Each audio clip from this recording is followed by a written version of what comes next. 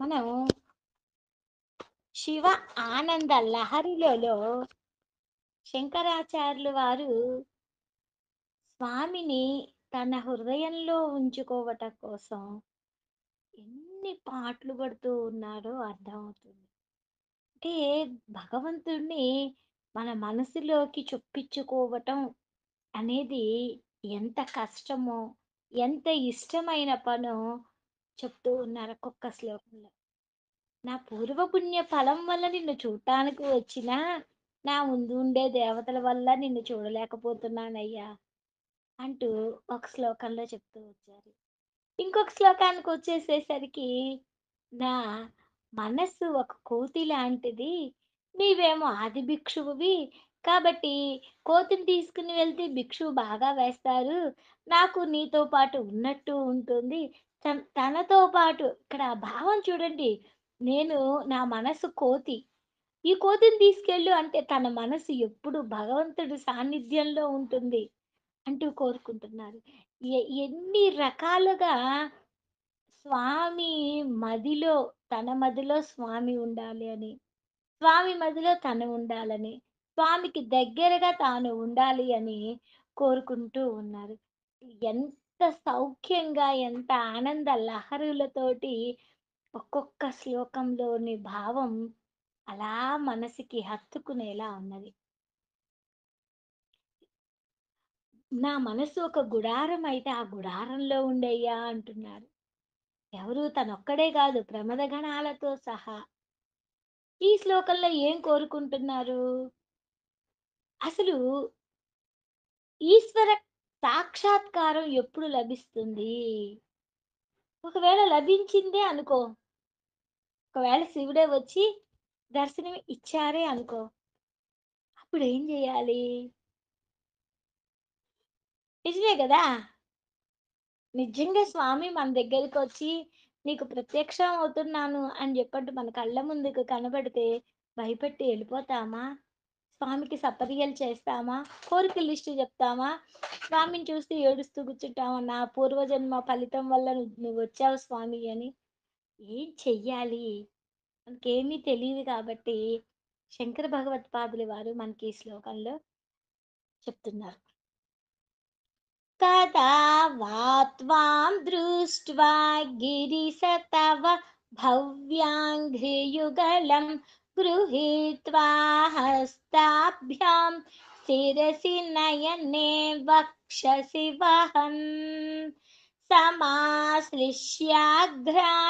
स्फुटजलज गन्धान् परिमलान् अलभ्यां ब्रह्मात्यैर् ముదమనుభవిష్యామి హృదయే.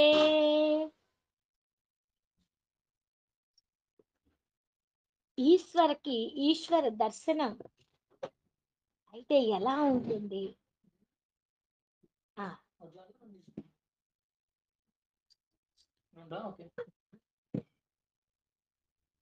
పరమేశ్వరా,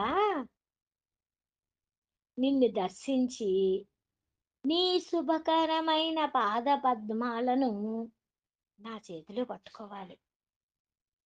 వాటిల్ని చక్కగా తలయందు, నేత్రాలయందు, నా రొమ్ము పైన వాటిని కౌగిలించుకోవాలి.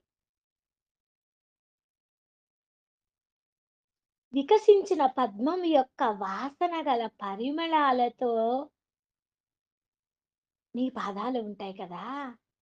ఆ పాదాలని నేను ఎప్పుడు అనుభవిస్తాను. ఆయనకి అసలైన భక్తి. ఆ భక్తితోటి దైవాన్ని చూడంగానే మనము ఏమి చేసుకోవాలో తెలియని భావన. ఆయన జీవితానికి ఎలా మనం అన్వయించుకోవాలి, మన జీవితాలలో స్వామివారిని మనం ఎలా దర్శించుకోవాలి అనే తపన, ఆయన పడుతున్న తపన అంతా ఇంతా కాదు. తన హృదయంలో ఆనందంతో స్వామిని తన హృదయంలో గుండెల మీదకి హత్తుకోవాలనే ఆ పాదాలు.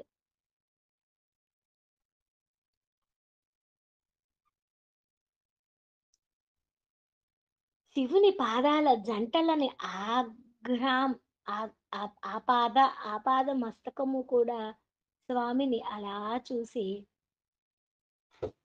వాసన చూడాలి. స్వామివారి పాదాలు.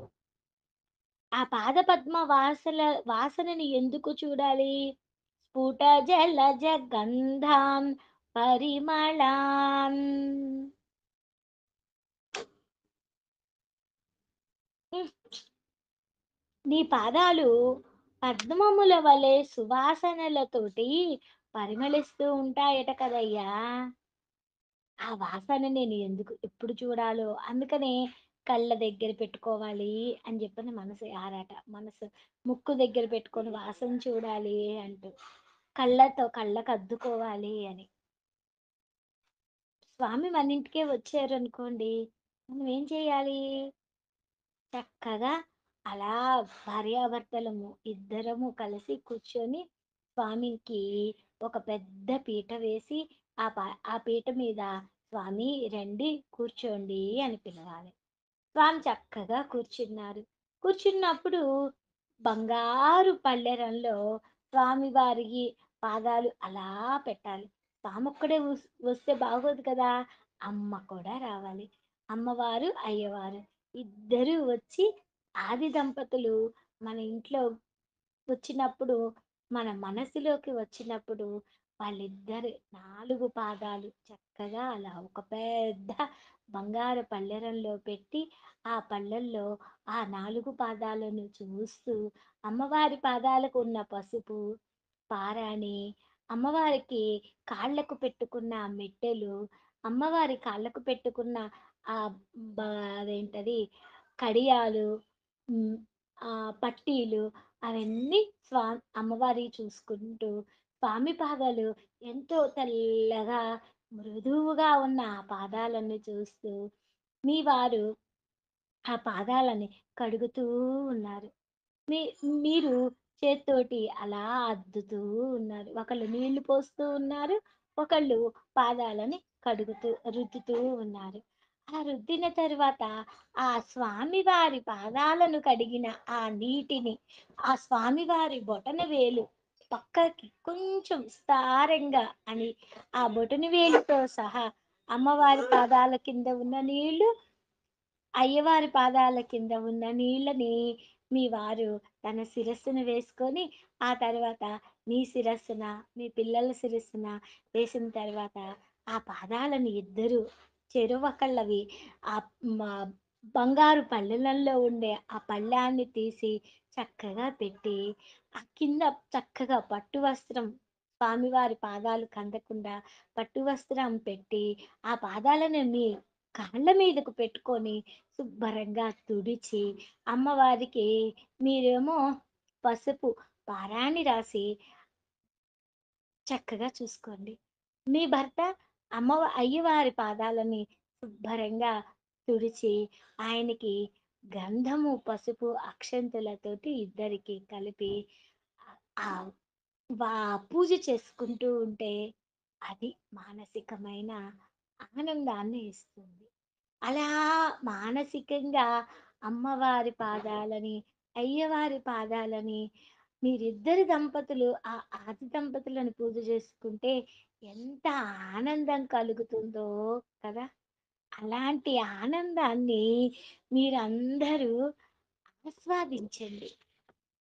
అది. ఆ జగద్గురువులు కోరుకున్న కోరిక. ఇలా మీ మనసుల్లోకి స్వామిని తెచ్చుకోండి అని.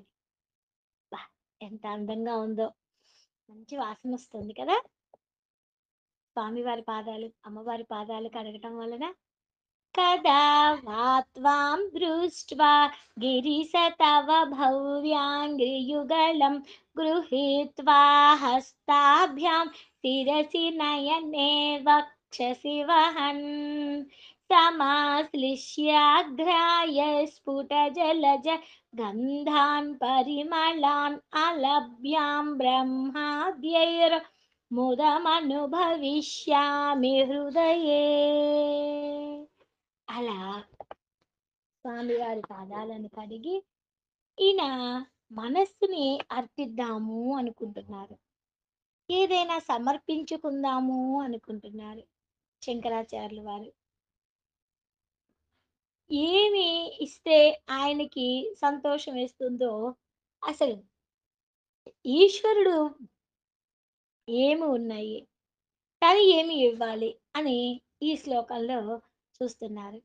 కరస్థే హేమాద్రౌ గిరిశనికటస్థే ధనపతౌ గృహస్థే స్వర్భుజ నరసురభిచింతామణిగణే శిరస్థే శీతాంసౌ చరణయుగళస్థేऽखिलसुखे కమర్ధం దాస్యేహం భవతు భవదర్థం మమ మనః. మహాదేవా, బంగారు కొండ కోదండంగా నీ చేతిలో ఉన్నది. మహా ధనాధిపతి అయిన మిత్రుడు ఎప్పుడు నీ పక్కనే ఉన్నాడు. ఇలా అడగంగానే అలా కోర్కెలు తీర్చే కల్పవృక్షము, కామధేనువు, చింతామణులు అన్నీ నీ ఆధీనంలో నీ ఇంట్లోనే ఉన్నాయి. అమృత కిరణాలైన చంద్రుడు నీకు భూషణముగా ఉన్నాడు. సమస్త శుభాలు అన్నీ కూడా నీ పాదాల చెందే ఉన్నాయి. మరి నేను నీకేమి ఇవ్వగలనయ్యా? అంతే కదా! అన్నీ వాళ్ళ దగ్గర ఉంటే మనం ఏమివ్వాలి అని అనుకుంటాం. ఏమీ లేని వాడి దగ్గరికైతే, ఇదిగో వాడికిది లేదు, వాళ్ళకిది ఇద్దామని చెప్పని అనుకుంటాం. కానీ అందరికీ ఆయనే అన్నీ ఇస్తాడు. అన్నీ ఆయన దగ్గరే ఉన్నాయి. ఆయనకి మనమేమిస్తాము? మనమేమి ఇవ్వగలము? అంటూ శంకరుల యొక్క సంశయం. అందుకని నా దగ్గర నీకివ్వాల్సిన వస్తువు ఏది కనబడటం లేదయ్యా! డబ్బు చూద్దామా అంటే కుబేరుడే నీకు ధనాధిపతి అయిన కుబేరుడే నీ మిత్రుడుగా నీకున్నాడు. కామధేనువు, కల్పవృక్షము నీ పక్కనే ఉన్నాయి. నీ కోరికలు తీరుస్తున్నాయి. కాబట్టి ఇవన్నీ నీకున్నాయి. కానీ నేను చిత్తముతోటి నా మనస్సు నీ ముందు నిలుపుతానయ్యా. ఇదొక్కటే నేనిచ్చేది. అంటే మనము పూజ చేస్తున్నాము, వేల రకాల పూలు తెస్తున్నాము, అభిషేకాలు చేస్తున్నాము అని మనం అనుకుంటున్నాం. కానీ అవన్నీ ఆయనకి దగ్గర లేవా? అన్నీ ఆయన దగ్గర ఉన్నాయి. నువ్వు ఏది చేసినా నీ మనస్సుతో చెయ్యి. నీ మనస్సు నాకు అర్పించు అనేదే భగవంతుడి యొక్క కోరిక. అదే ఇప్పుడు శంకరాచార్యులు వారు కూడా ఈ శ్లోకంలో చెప్తూ ఉన్నారు. నీ దగ్గర అన్నీ ఉన్నాయ్యా. నేనేమి ఇవ్వలేను. ఇవ్వాల్సిన అవసరం నీకు లేదు. కాబట్టి నా మనస్సునొక్కటే ఇస్తాను. చూడండి, ఆ మనస్సునివ్వటం కోసం నీ దగ్గర అన్నీ ఉన్నాయి, నేనేమి ఇవ్వలేను అంటూ ఒక చమత్కారంగా చెప్తూ ఉన్నారు. करस्थे हेमाद्रौ गिरिशनिकटस्थे धनपतौ गृहस्थे स्वर्भुजामरसुरभि चिन्तामणिगणे शिरस्थे सीतांसौ चरणयुगलस्थे किल शुभे कमर्धं दास्येऽहं भवतु भवदर्धं मम मनः. ఎంత అద్భుతంగా చెప్తూ ఉన్నారు జగద్గురువులు మన కోసం.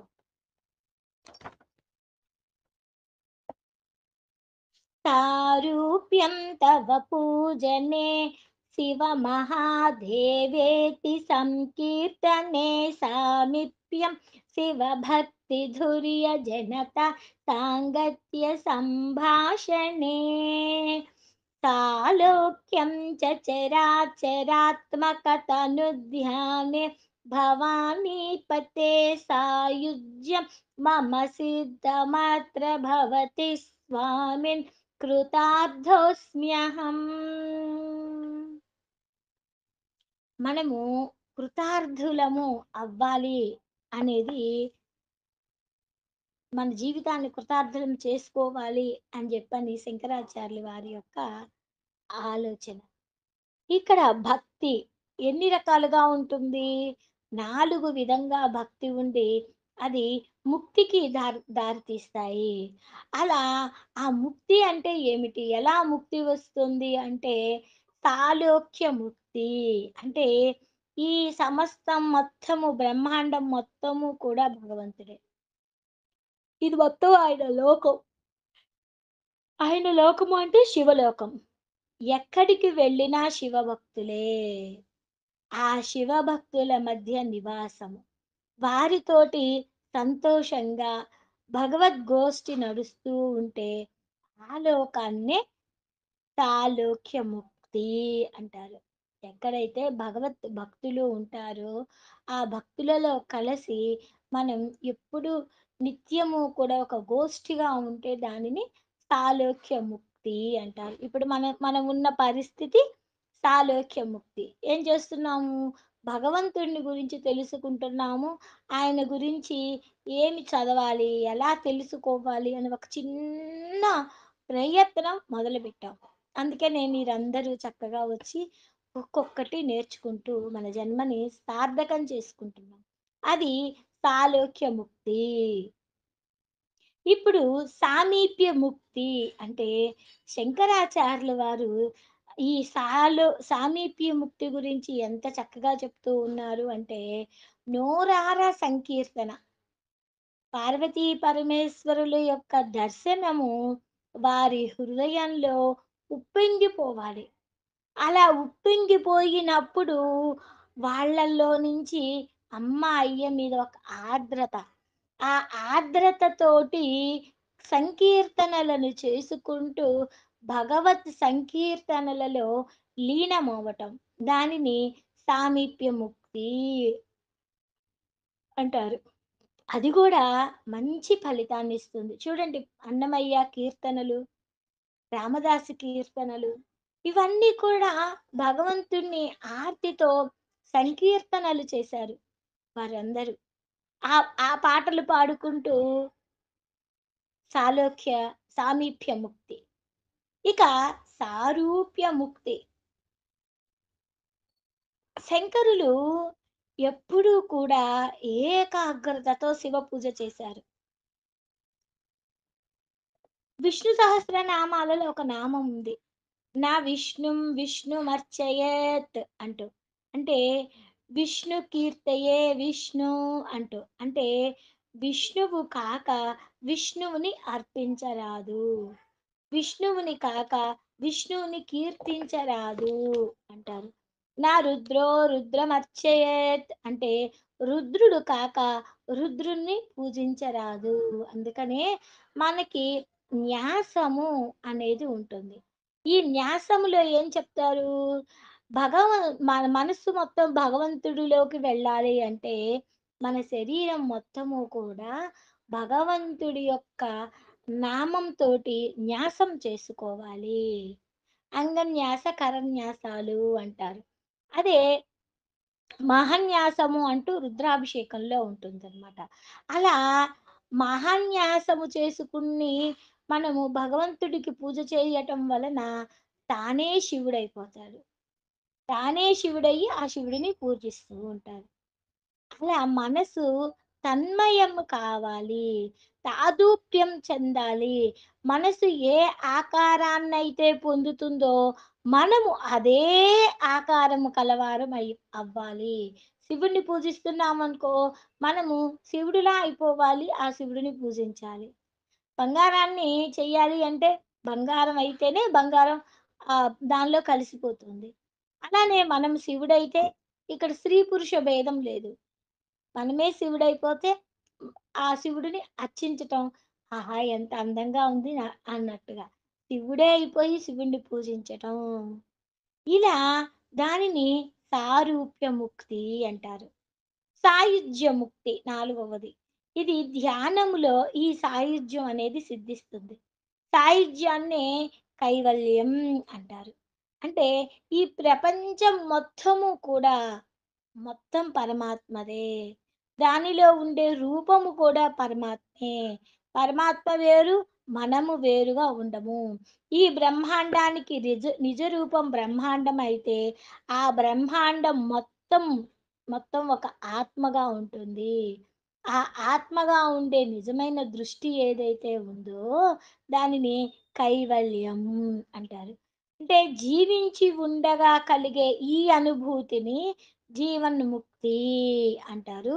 దేహ పతనం అయిన తరువాత ఈ ముక్తికి విదేహ ముక్తి అంటారు. ఇలా శంకరాచార్యులు వారు మనకి 4 రకాల ముక్తి మార్గాలని మనకు అందించారు. సారూప్యం తవ పూజనే शिवमहादेवेति संकीर्तने सामीप्यं शिवभक्तिधुर्यजनता साङ्गत्यसम्भाषणे सालोक्यं च चराचरात्मकतनुध्याने भवानीपते सायुज्यं सिद्धमत्र भवति स्वामिन् कृतार्थोऽस्म्यहम् అలా ఆ సాయుజ్య ముక్తిని చూసుకుంటూ తర్వాత శ్లోకాల్లోనికి వెళ్దాం. त्वत्पादाम्बुजमर्चयामि परमं त्वां चिन्तयाम्यन्वहं त्वामीशं शरणं व्रजामि वचसा त्वामेव याचे प्रभो वीक्षामे दिश चाक्षुषीं सकरुणां दिव्यैश्चिरं प्रार्थितां शम्भो लोकगुरो मदीयमनस సౌఖ్యోపదేశం కురు. ఇక్కడ శంకరాచార్యులు వారు ఏమని అడుగుతున్నారు? స్వామి, నేను రోజు నీ పాదపద్మాలను అర్చిస్తున్నాను. ప్రతిదినము నిన్ను నేను ధ్యానిస్తూ ఉన్నాను. నిన్ను నేను శరణు పొందుతున్నాను. వాక్కుచే ఆచిస్తున్నాను. జీవితం మొత్తము కూడా నీ ద్రీక్షణలో ఉన్నాను. కాబట్టి నీ యొక్క కరుణా కటాక్షాన్ని నాపై ప్రసరింపు చెయ్యి. అప్పుడు నేను సౌఖ్యంగా, ప్రశాంతంగా ఉంటాను. నా మనస్సుకి బ్రహ్మోపదేశం చేయవయ్యా అని కోరుకుంటున్నాను. అంటే ధ్యానం అనేది ఒక మానసికం. త్వమేవ శరణం మమ అంటూ శరణు కోరుకోవటం ఒకటే కాదు. త్రికరణ శుద్ధిగా దైవ సన్నిధిలో దైవ సేవ చేయటం వలన మన పని ఫలవంతం అవుతుంది. చేసే పని త్రికరణాలతో శుద్ధిగా ఉండాలి. త్రికరణాలు అంటే మనస్సు, వాక్కు, శరీరం. ఈ మూడింటిని త్రికరణాలు అంటారు. అంటే చేసేది, చెప్పేది, ఆలోచించేది. ఈ 3 ఒకటే అయితేనే ఆ భగవంతుని సేవ త్రికరణ శుద్ధి అంటాము. మనం భౌతిక విగ్రహాన్ని మన శరీర అవయవాలతో అంటే చేతులతో పూజిస్తాం. దాన్ని కాయక పూజ అంటారు. సూక్ష్మ శరీరంలో మన వాక్కులతో స్తోత్రం చేయాలి. దాన్ని వాచక పూజ అంటారు. భగవంతుడి కారణ శరీరాన్ని మన మనసుతో ధ్యానించాలి. భగవంతుని కారణ శరీరాన్ని మన మనస్సుతో ధ్యానించాలి. దీన్ని మానసిక పూజ అంటారు. అంటే త్రికరణ శుద్ధిగా స్వామిని సేవిస్తే మనస్సుతో, వాక్కుతో పవిత్రం అవుతాయి ఇవన్నీ కూడా. ప్రేమ పెరుగుతుంది. భగవంతుణ్ణి ప్రత్యక్షం చేసుకోవాలనే కోరిక కలుగుతుంది. అప్పుడు భగవద్ దర్శనం కాలేదు అనుకో, కలలో అయినా భగవద్ దర్శనం జరుగుతుంది. భగవంతుడిని ప్రత్యక్షంగా చూడాలి, వారితో మాట్లాడాలి అనే కోరిక కలుగుతుంది. ఈ విధంగా శంకరాచార్యులు వారు కూడా పరితపించారు. శంకరా, నిన్ను శరణు కోరుకుంటున్నానయ్యా. దయాదృష్టితో నన్ను చూడయ్యా. నా మనస్సు సుఖకరంగా ఉండేటట్లు ఉపదేశం చేయవయ్యా. ఉత్తమ భక్తుని పరిస్థితి ఎప్పుడు ఇలానే ఉంటుంది.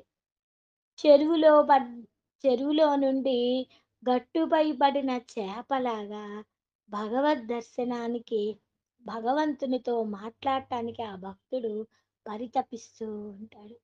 అప్పుడు భగవంతుడికి జాలి కలుగుతుంది. ఆకలితో ఉన్న పిల్లవాడికి అన్నం పెట్టకుండా ఉండలేదు కదా అమ్మ! అలానే దేవుడికి కూడా ఆ భక్తుడిని చూసి, భక్తుడిని చేతితో స్పృశించి మాట్లాడాలని ఇచ్చ కలుగుతుంది. అప్పుడు ఎలా వస్తాడు భగవంతుడు? ఆయనగా ఆయన రాలేడుగా. గురువుగా మారుతారు. గురు రూపంలో భక్తుని వద్దకు వచ్చి ఉపదేశం చేస్తాడు. ఆ గురువే ఆచార్య రూపంలో వచ్చి మనకి మంత్రోపదేశం చేసి భగవంతుడు ఎలా ఉంటాడు?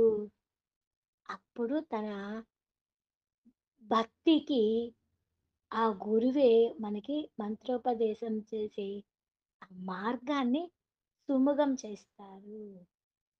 ఆ గురూపదేశముతోటి భక్తుడి యొక్క దుఃఖం మటుమాయమైపోతుంది. అందుకనే శంభో లోక గురో సౌఖ్యోపదేశం కురు అంటూ స్వామిని పట్టుకున్నారు. నాకు గురువు రూపంలో వచ్చి నా నాకు మంత్రోపదేశం చెయ్యవయ్యా, బ్రహ్మోపదేశం చెయ్యవయ్యా అంటూ కోరుకున్నారు. त्वत्पादाम्बुजमर्चयामि परमं त्वां चिन्तयाम्यन्वाहं त्वामीशं शरणं व्रजामि वचसा त्वामेव याचे प्रभो वीक्षामे दिशचाक्षुषीं सकरुणं दिव्यैश्चिरं प्रार्थितं शम्भो लोकगुरो मदीयमनसः सौख्योपदेशं कुरु.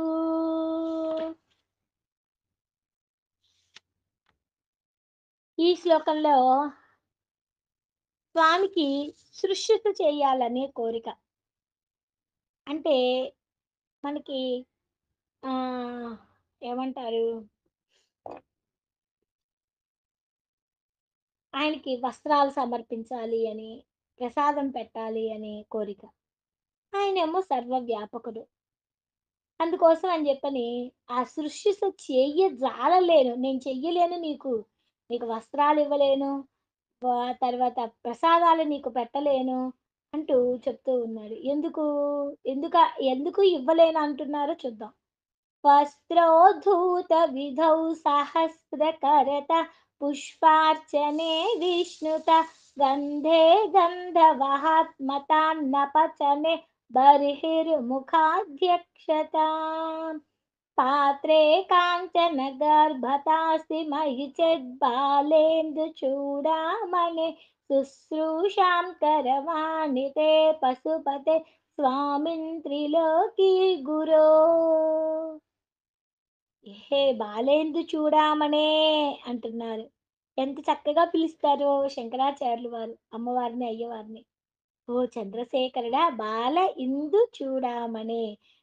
బాలేందు అంటే బాలగా ఉన్న చంద్రుడిని చూడామణిగా ధరించిన వాడా అని అర్థం. అందుకని బాలేందు చూడామణే అంటూ చెప్తున్నారు. పశుపతే అంటూ మళ్ళీ సంబోధిస్తున్నారు. ఈ సంసార బంధనాన్ని మ్ మో మమ్మల్ని మోయిస్తున్నావు ఈశ్వరా!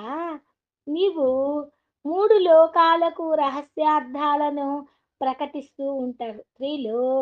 త్రిలోకీ గురు అంటూ.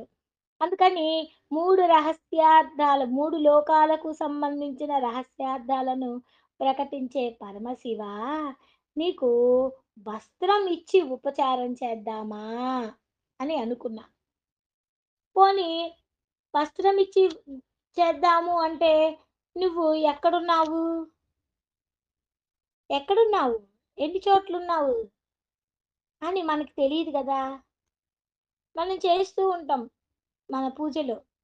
గంధం సమర్పయామి, పుష్పం సమర్పయామి, దీపం సమర్పయామి, ధూపం సమర్పయామి, నైవేద్యం సమర్పయామి అంటూ పంచోపచారాలు ఏదో తూతూ మంత్రంగా జరిపేసొస్తాం.